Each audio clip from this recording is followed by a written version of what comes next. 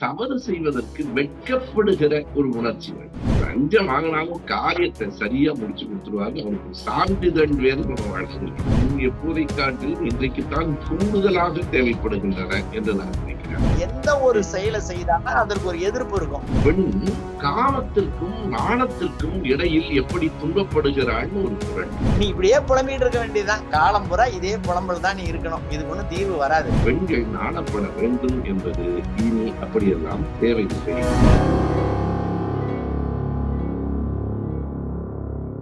ஐயா வணக்கம். ஐயா வணக்கம். வணக்கம். நலமா இருக்கீங்களா ஐயா? நல்லா இருக்கிறேன். ஐயா, இன்றைய நிகழ்ச்சியில நான் கேட்க நினைக்கிறது, திருக்குறள் என்பது பன்னெடுங்காலமா முன்பே எழுதப்பட்டு பலரால் பேசப்பட்டு இன்றைக்கு வரைக்கும் அது மக்கள் புழக்கத்துல இருந்துகிட்டு இருக்கு. ஆனா இன்றைய காலகட்டத்துக்கு மிகவும் பொருத்தமாக மக்களுக்கு பயனுள்ள தேவையுள்ள அந்த குறட்பா உங்க கவனத்துல இருந்தா சொல்லுங்க ஐயா. திருக்குறளின் பல பகுதிகள் இன்றைக்கும் பொருந்தக்கூடியன. இல்வாழ்க்கையும் மக்கட்பேரும் அரண் வலியுறுத்தலும் மான் சிறப்பும் குடி செயல் வகையும் இன்றைக்கு பொருந்தாதான் எல்லாம் பொருந்தும். ஆனா மிக கூடுதலாக பொருந்துகிற அல்லது தேவைப்படுகிற அதிகாரம் என்று ஒன்றை நான் கருதுகிறேன். 102 என்று நினைவு நான் உடைமை என்று ஒரு அதிகாரம்.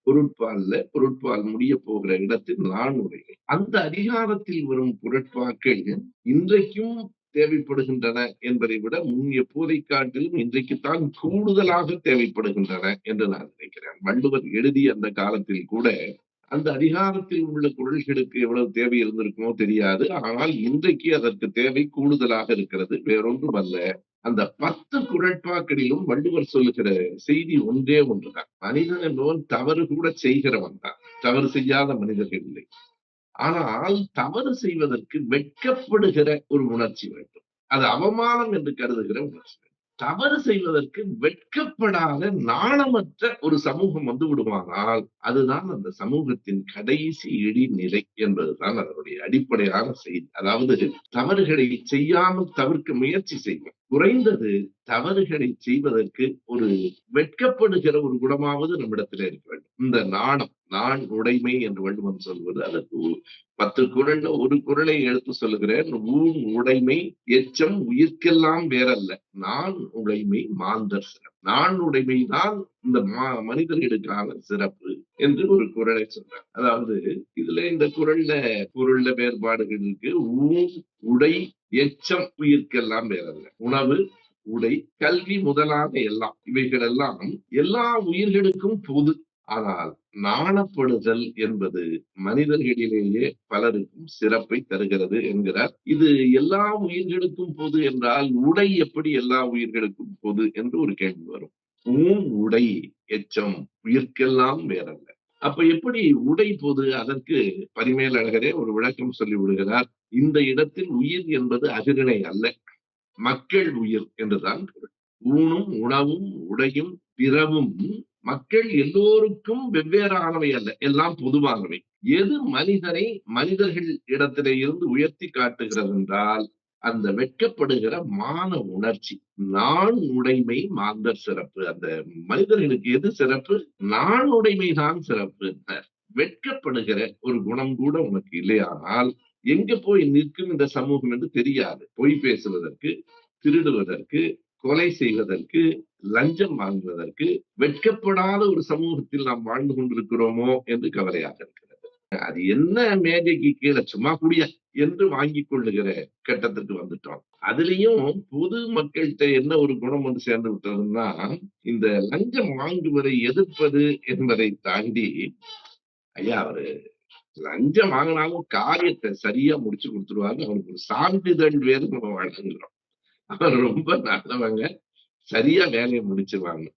வேலையை முடிக்கிறமா இல்லையோ என்பதல்ல, லஞ்சம் வாங்குவது படை, வாங்குவதற்கு வெட்கப்படுகிற ஒரு சமூகமாக இது இருக்க வேண்டும். நான் உடைமை மாந்தர் சிறப்பு என்பதுதான் வள்ளுவன் சொல்லி இருக்கிற மிக பொருத்தமான இன்றைக்கும் என்பதை விட நான் மறுபடியும் சொல்லுகிறேன், இன்றைக்குத்தான் மிக கூடுதல் பொருத்தமாக அந்த அதிகாரத்தில் இருக்கிற 10 குறட்பாக்களும் இருக்கின்றன என்று நான் பார்க்கிறேன். ரொம்ப ரொம்ப மகிழ்ச்சியா, ரொம்ப மகிழ்ச்சி. ரொம்ப இன்றைக்கு காலகட்டத்திற்கு மிக தேவையான, பொருந்தக்கூடிய ஒரு திருக்குறள் எடுத்து அதற்கான விளக்கங்கள சொன்னீங்க. ரொம்ப மகிழ்ச்சி. இப்படி வள்ளுவர் பல செய்திகளை நுணுகி ஆய்ந்து, இந்த மனித சமுதாயம் பயன்பட வேண்டும் அப்படிங்கிற கருத்துல நெறைய எழுதியிருக்காங்க. அதுல குறிப்பா இப்ப இந்த பகுதியில நான் சொல்ல விரும்புறது என்னன்னு கேட்டீங்கன்னாய்யா, வழியறிதல் அப்படிங்கிற ஒரு அதிகாரம், 48வது அதிகாரம். அந்த முதல் எந்த குறளே அதிகாரம் ஐயா? எந்த அதிகாரம்? வழி அறிதல். வழி அறிதல். வலி அறிதல். வலி அறிதல், காலம் அறிதல், இடம் அறிதல் வரிசையா வரும். ஆமாங்க. இது வந்து வழி அறிதல்ங்கய்யா. ம், ம், வழி அறிதல்ங்கிறதுல முதல் குறட்பா. 471வது குறட்பா. இதுல ம், என்ன ஒரு சிறப்புன்னு கேட்டீங்கன்னாய்யா, ஒரு ம், மனிதன் ஒரு செயலை செய்ய தொடங்கும் பொழுது, அது ம், வந்து தொழிலா இருக்கலாம், அரசியலா இருக்கலாம், ம், அவர் அந்த மனிதன் ஈடுபட போகின்ற எந்த தொழிலா இருக்கலாம். ஒரு பேச்சுக்கலையா இருக்கலாம், ஓவியக் கலையா ம், இருக்கலாம், எதுவா இருக்கலாம். அவன் செய்ய முற்படுறான். அப்ப அவன கூப்பிட்டு ஒரு அறிவுரை போல, ஒரு அனுபவ உரை போல வள்ளுவர் சொல்லிக் குடுக்கிறார். "தம்பி இங்க வாப்பா. ம், நீ வந்து இத செயல தொடங்க போற. வாழ்த்துக்கள். நல்லது. ஆனா ம், சில சிலத நீ வந்து ஆய்ந்து பாத்துக்க. இதெல்லாம் சரியா இருக்கான்னு கொஞ்சம் முன்னாடி பாத்துக்க" அப்படிங்கிறார். என்னன்னு கேட்கிறோம் ம், அவர்ட்ட. ம், சொல்றாரு, இப்படி தொடங்குறாருய்யா. "வினை வழியும்" இத முழுக்க நான் சொல்லிடுறேன் குறள. "வினை வழியும், தன் வழியும், மாற்றான் வழியும், துணை வழியும் தூக்கிச் செயல்" அப்படின்னு சொல்லியிருக்காங்க. இதுல ம், பாருங்க எவ்வளவு செய்திகள வேறு எந்த இலக்கியங்கள்லயும் இப்படி அடுக்காக, அடுக்கு தொடராக சொல்லப்பட்டது என் கவனத்துக்கு வந்த வரைக்கும் இல்ல. அவ்வளவு மிகச்சரியாக இந்த 7 சீர்கள்ல இத்தனை செய்திகள புகுத்தி சொல்லியிருக்காங்க. நம்ம கூப்பிட்டு என்ன சொல்றாருன்னு கேட்டீங்கன்னா, முதல்ல நீ செய்ய போகின்ற செயலின் வலிமை என்ன? அத நீ முதல்ல பாரு. வினை ம், என்பது செயல். நீ என்ன பண்ண போற? அந்த செயல் எப்படிப்பட்டது? அந்த செயலின் வலிமை என்ன? வினை வலியும் அப்படின்னாருய்யா. அதன் பிறகு தன் வலியும் அப்படிங்கிறாரு. அந்த செயலை செய்ய போகின்ற உன்னுடைய வலிமை என்ன? அத நீயே பார்த்துக்கோ. இன்னொருத்தர்ட்ட நீ போய் கேட்க வேணாம். உனக்கு தெரியும். இந்த செயலுடைய வலிமை, இதை நாம் செய்ய முடியுமா? முடியாதா? அப்படிங்கிற வலிமை உனக்கு தான் தெரியும். தன் ம், வலியும் அப்படின்னாரு. உன்னுடைய வலிமையை சீர்தூக்கி பார்த்துக்கொள். அடுத்து ரொம்ப சிறப்பா ஒண்ணு சொல்றாரு பாருங்கய்யா. மாற்றான் வலியும்னாரு. எந்த ஒரு ம், செயல செய்தாலும் அதற்கு ஒரு எதிர்ப்பு இருக்கும். அதுக்கு ஒரு மாறுபாடு கருத்து சொல்லக்கூடியவங்க இருப்பாங்க. அல்லது எதிர்ப்பு இருக்கும். நீ ம், சொன்னது பிழைன்னு சொல்ல வருவாங்க. நீ செய்யறது தவறுன்னு ஏதோ ஒரு எதிர்ப்பு. இல்ல அதே தொழில வந்து எதிர்ல ஒரு கடைய போட்டு இவன் உட்காருவான். ம், அதெல்லாம் வந்து மாற்றான்.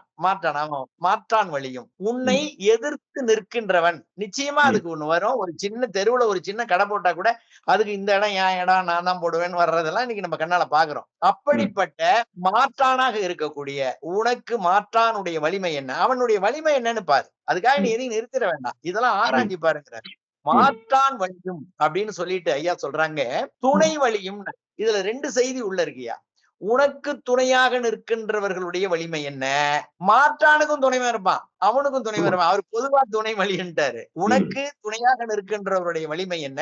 உன்னுடைய எதிரிக்கு துணையாக நிற்கக்கூடியவனுடைய வலிமை என்ன? ம், மாற்றான் வலியும். இதெல்லாம் பார்த்து தூக்கிச் செயல் அப்டின்னாரு. அதன் பிறகு அதுக்கு பிறகு சொல்றாரு. தராசுல வச்சு நிறுத்து பார்க்கிற மாரி. தூக்கி ம், அதை ம், சரிபார்த்துக் கொண்டு அந்த செயலில் இறங்கினால், அதை நீ வெற்றிகரமாக செய்து முடிக்க முடியும். இது எதையுமே நீ ஆராயாமல், அவசரப்பட்டு, நீ ஒரு செயலை தொடங்கிவிட்டு, இந்த குழப்பங்கள் எல்லாம் வந்து, அந்த செயலை நீ நிறுத்த நேர்ந்தால், அவமானமும், பொருள் இழப்பும் உனக்கு மிஞ்சும். ஆகையால், முன்கூட்டியே இதையெல்லாம் நீ சரி பார்த்துக்கிட்டு, அத நீ தொடங்குறது நல்லதுன்னு, ஒரு சிறந்த அறிவுரையை இந்த மனித சமுதாயத்திற்கு வள்ளுவர் சொல்லி இருக்கிறதா நான் கருதுறேன்யா. அதனால தான் இந்த குறள நான் இந்த பகுதியில எடுத்துக்கிட்டேன். அதாவது நான் இந்த சமூகத்திற்கு ஒட்டுமொத்தமாக தேவைப்படுகிற ஒரு நாண உணர்ச்சி பற்றி சொன்னேன்.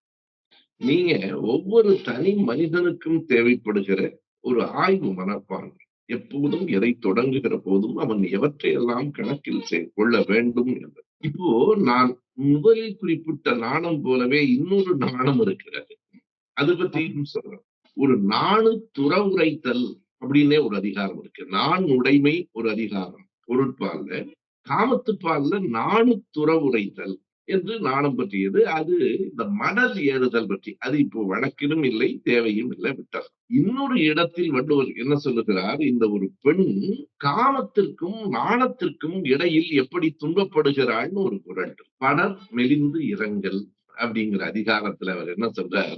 காமமும் நாணும் உயிர்காவா துன்பும் என் நோனா உடம்பின் அகத்து என்று ஒரு கொஞ்சம் பொருள் புரிவது கடினம். ஏன்னா இந்த சொற்கள் நம் வழக்கில் இல்லை. ஒரு தோல்ல ஒரு தண்டு இருக்கு. அத காவா தண்டுன்னு அப்போது உரையாசிரியர்கள் எழுதுகிறார். அதுதான் பிற்காலத்தில் காவடி தண்டு ஆயிடுச்சு. இந்த தோல்ல தொங்கும் போது 2 பக்கமும் சுமையை கட்டி தோள்ல வைத்துக் கொண்டு நடக்கிறவர்கள் உண்டு. அது பழைய மரபு. அதுல இருந்தா காவடி வருது. அதுல இந்த பெண் என்ன சொல்லுகிறாள், ஒரு பக்கம் காமம், இன்னொரு பக்கம் நாணம். 2ம் சம அளவுல இருக்கு. எதையும் கூட்டவும் முடியவில்லை, குறைக்கவும் முடியவில்லை. இது என்ன செய்கிறது என்றால், மெலிந்து போன என் உடம்பை வருத்துகிறது, கொல்கிறது என்று சொல்ற. காமத்தை பெண் வெளியில் சொல்லக்கூடாது என்கிற அந்த பழைய மரபு. சமூகத்துக்கு தவறு செய்வதற்கு நாணப்படுகிற குணம் வேண்டும் என்று சொன்ன வள்ளுவரின் கருத்து அப்படியே 100க்கு 100 நமக்கு உடன்பாடு. ஆனால் அச்சம், மடம், நாணம், பயிர்ப்பு பெண்களுக்கு வேண்டும் என்கிற கருத்தில் என் போன்றவர்களுக்கு உடன்பாடு இல்லை. அப்படிலாம் இருக்க வேண்டியதில்லை. பெண்ணும் ஆணும் இயல்பாக இருக்க வேண்டும். பார்த்து பெண் வெட்கப்பட்டுட்டு ஒரு மணப்பெண் தலை குனியாமல், தலை நிமிராமல், இதெல்லாம் பழைய மரபுகள் போயிட்டு இருக்கு. மிக அண்மையில ஒரு எடுத்துக்காட்டு சொல்லணும்னா ஒரு 20 நாள்கள் இருக்கலாம். திராவிடர் கழகத்தை சார்ந்த வழக்கறிஞர் மணியம்மைன்னு அந்த பெண்ணுக்கும் ராஜசேகரன்ங்கிற தம்பிக்கும் திருமணம் நடந்தது. நம்ம ஆசிரியர் ஐயா வீரமணி ஐயா தலைமையில அமைச்சர் சிவசங்கர் முன்னிலையில், கவிஞர் கலிபூங்குன்றன் முன்னிலையில் அந்த திருமணம் நடந்தது. அந்த திருமண வீடு எப்படி இருந்துச்சுன்னு சொல்றேன். இந்த நாணம் எல்லாம் எப்படி எகிரி உடைஞ்சு போச்சுங்கிறதுக்கு பறை ஓசையோடு அந்த திருமணம் தொடங்கிற்று. கவனிக்கும், நாதஸ்வரத்தோடு அல்ல, பறை முழக்கத்தோடு தொடங்கிற்று. தழைய தழைய பட்டுப்புடவை கட்டி தலை நிறைய மல்லிகைப்பூ வைத்தெல்லாம் மணமகன் வரல. அந்த பொண்ணு ஜீன்ஸ் பேண்ட்டும் டி-ஷர்ட்டும் போட்டு வந்துச்சு. மேடையில அப்படி அமர்ந்திருந்தது மட்டுமல்ல, பார்வையாளர்களில் பெரும்பகுதியினர் கருப்பு சட்டை. இந்த பொண்ணு அங்கேயும் இங்கேயும் போய் வேலையெல்லாம் செஞ்சுட்டு இருந்துச்சு. ஒரு மணமகள் எழவே கூடாதுங்கிறதெல்லாம் உடைந்து போய் 2 பேரும் ஒருவரை ஒருவர் விரும்புகிறார்கள். மரமுத்து திருமணம் நடக்கிறது என்பதை தவிர இந்த பெண்ணுக்கு மட்டும் நாணம் என்பதெல்லாம் கால மாற்றங்களில் எல்லாம் மாறிடும். இப்ப 2 நாட்களுக்கு முன்னால நான் ஒரு செய்தி படிச்சேங்க. இதுவரைக்கும் நான் கேள்விப்படாத செய்தி. செய்தித்தாள்ல வந்தது. திருத்தணிக்கு பக்கத்துல பள்ளிப்பட்டுன்னு ஒரு கிராமம் இருக்கு. அங்க 2 ஆண்டுகளுக்கு முன்னால் ஒருவன் தன்னோட தங்கச்சி பொண்ணுக்கு, அந்த பொண்ணு பருவம் எய்திய போது சீர் கொடுத்திருக்கிறான். தங்கச்சியோட கணவர் வேற இறந்துட்டார். இவன் என்ன பண்றான், இந்த சீர் கொடுத்ததுனாலதான் நான் கடனாளி ஆயிட்டேன். என் தங்கச்சி பொண்ணுக்கு சீர் கொடுத்ததுல சொல்லிட்டே இருந்தேன். அந்த பொண்ணு என்ன பண்ணிருக்கு, அவ்வளவுதானடா சீர் கொடுத்ததுனால இந்த சீரை திருப்பி தந்துடுறேன்னு கொடுத்ததுன்னா அது பெரிய விஷயம் இல்லை. அவன் எப்படி சீர்வரிசை கொண்டு வந்தானோ உறவினர்களை எல்லாம் கூட்டிட்டு, அதே மாதிரி இந்த பொண்ணும் உறவினர்களை எல்லாம் கூட்டிட்டு பட்டு புடவை எல்லாம் கட்டிட்டு தட்டுல பழம் பூவெல்லாம் வச்சு அவன் கொடுத்த 2500 ரூபாய வச்சு திரும்பி கொண்டு போய் கொடுத்துட்டு வந்துருச்சு. இந்த தாய் மாமன் சடங்கு எப்படி கால ஓட்டத்தில் உடைந்து போச்சு பாருங்க. எனவே எல்லாம் மாறுகிறது. ஆனாலும் வள்ளுவர் சொல்லுகிற அது அன்றைய நிலை.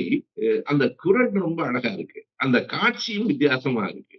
ஒரு காவடி தண்டு போல ஒரு பக்கம் காமமும் ஒரு பக்கம் நாணமும் தொங்குகிறது. அதுலயும் அந்த தொங்குகிற சொல் பாருங்க. நீங்க ஒரு குரல் சொன்னீங்க பாருங்க, தூக்கி செயல். எல்லாவற்றையும் தன்வரியும் எல்லாவற்றையும் அந்த இடத்தில் தூக்கி என்றால் நிறுத்து பார்த்து. இந்த குரலையும் அந்த தூக்குதல் வருது பாருங்க. காமமும் நானும் உயிர்காவா தூங்கும் என் நோனா உடம்பின் அகத்து. தூங்குங்கிறதுக்கு இந்த இடத்தில் தொங்குங்கிறதாங்க நமக்கு தெரியும். இதுல இன்னொரு செய்தி இந்த இடத்தில் நான் குறிப்பிடணும். ரொம்ப முக்கியமான செய்தி. சொற்கள் எப்படி பொருள் மாறுகின்றன. ஈழத்தில் இன்றைக்கும் தூங்குதல், அவன் தூங்கிட்டான்னு சொல்லவே மாட்டாங்க.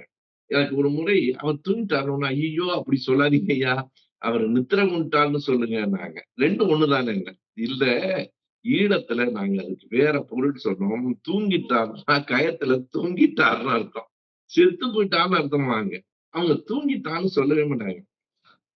உறங்கிட்டார் அல்லது நித்திரை கொண்டுட்டார்னு சொல்லுங்கம்பாங்க. பழைய சொல்லாட்சி அப்படியே இருக்கு. திருக்குறள்ல காமமும் நானும் உயிர்காவா, அந்த காவடி தண்டு போல தூங்கும், தொங்குகிறதுங்கிறார். தூங்குதல் என்பதற்கு தொங்குதல்ங்கிற பொருள் இருக்கு. என் நோனா உடம்பு என்று. எனவே இந்த குறள் அழகாக இருக்கிறது, கவித்துவத்தோடு இருக்கிறது, ஒரு நாடக காட்சியோடு இருக்கிறது. ஆனாலும் தவறு செய்ய சமூகம் நாண வேண்டும் என்பது இன்றைக்கு மிக பொருந்தும். பெண்கள் நாணப்பட வேண்டும் என்பது இனி அப்படியெல்லாம் தேவையில்லை என்று நான் கருதுகிறேன். ரொம்ப ரொம்ப மகிழ்ச்சியா, நாணம் என்ற சொல்ல மையமா வச்சு ஒரு 2 குறட்பாக்களை, மிக பயனுள்ள குறட்பாக்கள், அதுவும் ரொம்ப அழகா சொன்னீங்க, நல்ல விளக்கமா சொன்னீங்க. மகிழ்ச்சியா இருக்கு. இப்ப என்னுடைய பகுதிக்கு நான் எடுத்துக்க நினைக்கிறதுயா, அதே வழியறிதல்ல 478வது குறள் அது. நான் முன்னாடி சொன்னது முதல் குறள். இது 8வது குறட்பா. எப்படி அறிவு சொல்றார் அப்படிங்கிறது ரொம்ப முக்கியம். மக்களுக்கு ரொம்ப கடமை உணர்ச்சியோட அவர் ஏதோ ஒரு நூல் எழுதணும் அப்படின்லாம் அவர் நினைச்சு பண்ணியிருந்தா இப்படிலாம் பண்ணியிருக்க முடியாதுயா. அப்ப இப்பவும் நம்ம பாக்குறோம். பாருங்க, ஒரு ரூ. 1000 சம்பளம் வாங்கும்போது, "என்னடா தம்பி எப்படி இருக்குன்னு?" கேட்டா, "என்னங்க வருமானம் பத்தலைங்க, ரொம்ப கஷ்டப்பட்டுட்டு இருக்கேன்பா." அதே தம்பி ரூ. 10,000 சம்பளம் வாங்கும்போது கேட்டீங்கன்னா, "கொஞ்சம் முன்ன பின்ன தாங்க போயிட்டு இருக்கு. நெருக்கடியா தான் இருக்கு நிலைமை" அப்படிம்பா. என்னடா இது ரூ. 1000 வாங்கினப்பயும் அப்படிதான், ரூ. 10,000 வாங்கினப்பயும் அப்படிதானா? அப்படின்னா, அதற்கு காரணம் என்ன? ஏன் இந்த வெளிப்பாடு அவனிடம் இருந்து வருகிறது? அப்படின்னு ஆய்வு பண்றார் வள்ளுவர். அதுக்கு ஆய்வு பண்ணதோட மட்டுமில்ல, அதுக்கு ஒரு தீர்வும் சொல்றார். நீ இப்படியே புலம்பிட்டு இருக்க வேண்டியதுதான். காலம் பூரா இதே புலம்பல் தான் நீ இருக்கணும். இதுக்கு ஒண்ணும் தீர்வு வராது. ஆனா, அதுக்கு தீர்வு பண்றதுக்கு உன்கிட்ட தான் ஒரு வழி இருக்கு. என்ன பண்ணணும் அப்படின்னு கேட்கிறோம். அப்ப சொல்றாரு பாருங்க, இந்த குறள்ல, "ஆகாறு அளவிட்டிதாயினும் கேடில்லை, போகாறு அகலாக்கடை" அப்படின்னாருங்கய்யா. இதனுடைய பொருளை பாருங்க. இந்த ஆகாறு என்பது வருகின்ற வழி. ஆகு கூட்டல் ஆறு, வருகின்ற வழி, உள்ளே வருகின்ற வழி.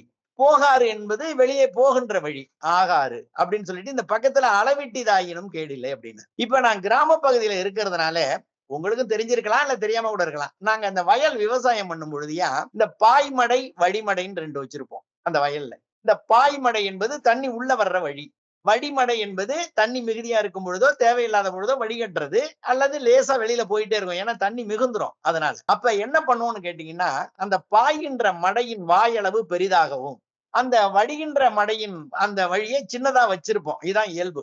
வள்ளுவர் என்ன சொல்றாருன்னா, வருகின்ற வழி குறைவாக இருந்தாலும் பரவாயில்லங்கிறாரு. அது அவ்வளவுதான். இவ்வளவுதான் வருமானம். அதுக்காக நீ ஒண்ணும் கவலைப்பட்டுட்டு இருக்காத. ஆனால் இந்த உள்ளே வருகின்ற வழியை எந்த அளவுக்கு திறந்து வைத்திருக்கிறாயோ, இதை விட குறைவாக அந்த வழியை பார்த்துக்க. இது வழி எவ்வளவு பெருசா இருக்கட்டும், சின்னதா இருக்கட்டும், அதை பத்திலாம் எனக்கு கவலை இல்ல. இந்த பாதை உள்ளே வருகின்ற வழியை விட வெளியே செல்கின்ற வழி சிறிதாக இருக்க வேண்டும். ஆகாறு அளவிட்டிதாயினும் கேடில்லை. இந்த நீர் உள்ளே வருகின்ற வழி சிறியதாகவே இருந்தாலும் பரவாயில்லை. போகாறு அகலாக்கடைன்னாரு. அங்க வெளியில போற வழியை நீ பெருசா திறந்து வச்சிட்டீன்னா, நிச்சயமா வயல்ல தண்ணி இருக்காது. காஞ்சிதான் போகும். அப்ப இத நம்ம வாழ்க்கையில வகுத்துக்கணும். வருமானம் எவ்வளவு? அதுல முதல் செயலாக நாம் செய்ய வேண்டியது, ஒரு ரூ. 100 எடுத்துக்காட்டா வச்சுக்கிட்டோம்னா, ஒரு ரூ. 20 எடுத்து கண்ண மூடிட்டு டப்பால போட்டுடணும். நம்ம காசு இல்ல அது. ரூ. 80 தான் நம்ம வருவாய். ரூ. 1000 ரூ. 800 தான் என்னுடைய வருவாய். அந்த 80% என்பதை உன்னுடைய எல்லா செலவுகளுக்கும் நீ வகுத்து வைத்துக் கொண்டு 20% நீ சேமிக்கணுங்கிறது என்னுடைய கொள்கையா, என் வாழ்க்கையில நான் கடைபிடித்த கொள்கையை கூட நான் சொல்றேன். அப்படி இருந்தால்தான் நாம் வருகின்ற காலத்தில், முதுமை காலத்தில் நிம்மதியாக நாம் வாழ முடியும். அதற்கான வழியை இப்படி சொல்றார். எவ்வளவு சம்பாதிக்கிறியோ அதை விட குறைச்சலா செலவு பார்த்துக்க, அவ்வளவுதான். ஒண்ணும் பெருசாலாம் அவர் சொல்ல, என்ன வருவாயோ அவ்வளவுதான். நீ இதுக்காக போய் புலம்பிட்டு திரியறதுனால ஒண்ணு அது பெருசா வந்துட போறதும் கிடையாது. முதலாளி உன்னை கூப்பிட்டா, ஐயோ இப்படி எல்லாம் புலம்புறானே, இந்தாப்பா இன்னொரு 10,000 சேர்த்து வச்சுன்னு கொடுக்க போறதும் கிடையாது. வர்றதான் வரும். அப்ப வகுத்து கொள்ள வேண்டியது நம்முடைய திறன், நம்முடைய அறிவு. இப்படி வகுத்துக்கிட்டு வாழ்ந்தால் வருங்காலத்தில், நிகழ்காலத்தில் எந்தவித துன்பமும் இல்லாமல் நீங்கள் வாழலாம் அப்படின்னு ஒரு அருமையான அறிவுரையை சொன்ன குரலாக இது இருக்கிறதையா. அதனால இந்த பகுதியில நான் இதை எடுத்துக்கிட்டேயா. நல்லது. அதாவது ஆகாறு, போகாறு என்பத பாய்மடை, வடிமடை ஒரு பொருளாதார சிந்தனை அது. அத ஒரு வயல்வெளி சார்ந்து பாய்மடை, வடிமடை என்பதோட பொருத்தி சொன்னது ரொம்ப அழகு. ரொம்ப உண்மையை சொல்லணும்னா பாய்மடை, வடிமடை எல்லாம் எனக்கு அதிக பழக்கம் இல்லாத சொற்கள் தாங்கய்யா. அதான் உண்மை அது. இதுல ஒரு 2 செய்தி சொல்லணும். இத நினைத்து கண்ணதாசன் எழுதினாரான்னு எனக்கு தெரியாது. ஒரு திரைப்பட பாடல் இந்த ஆகாறு அளவிட்டிதாயினும்ங்கிற குறளின் பொருளைத்தான் வரவு எட்டனா, செலவு பத்தனா என்று கண்ணதாசன் சொல்லுவாரு. வரவு 8 இருந்தாலும் பரவாயில்ல. செலவு 7 இருக்கணும். செலவு 10 இருந்தா ஆகாறு அளவிட்டிதாயினும் பரவாயில்ல. போகாறு அகலக்கூடாதுன்னு ரொம்ப எளிமையான பாட்டுல சொல்லியிருக்கார். இந்த நிகழ்ச்சி முடிக்கிறதுக்கு முன்னாடி ஒரே ஒரு சின்ன செய்தி எனக்கு சொல்லணும்னு தோணுது. நீங்க பேசும்போது ஒருத்தன் ரூ. 1000 வாங்கும் போதும் கஷ்டப்படுறேன்மா, 10,000 வாங்கினாலும் கஷ்டம்தான்மா. என்கிட்ட ஒரு நண்பர் சொன்னார், ஐயா இப்பெல்லாம் நான் பொருளாதாரத்துல நல்லா இருக்கேன்னாரு. எனக்கு ரொம்ப மகிழ்ச்சியா இருந்துச்சு. நல்லது ஐயா, நல்லது. எப்படி வருமானம் கூடியிருக்கான்னு அவர் அதுக்கு ஒரு விளக்கம் சொன்னாரு. என்னால இன்னைக்கு வரைக்கும் மறக்க முடியல. சொன்னது பல ஆண்டுகளுக்கு முன்னாடி. அவர் பொருளாதாரத்துல எப்படி உயர்ந்திருக்கேன்னு சொல்றாருன்னா, ஐயா முந்திலாம் நான் ரூ. 2,000 கடன் கேட்டா கூட எதுவும் தரமாட்டாங்க. இன்னைக்கு ரூ. 10,000 கடன் தர்றதுக்கு தயாரா இருக்காங்க. ஓ! கடன் வாங்குறதுல பொருளாதாரம் அவருக்கு கூடியிருக்கு. வருமானத்துல இல்ல. இதெல்லாம் 2000 கூட கடன் தர மாட்டானுங்கய்யா. இப்ப 10,000 ரூபாய் கேட்டாலும் கடன் தர்றான்.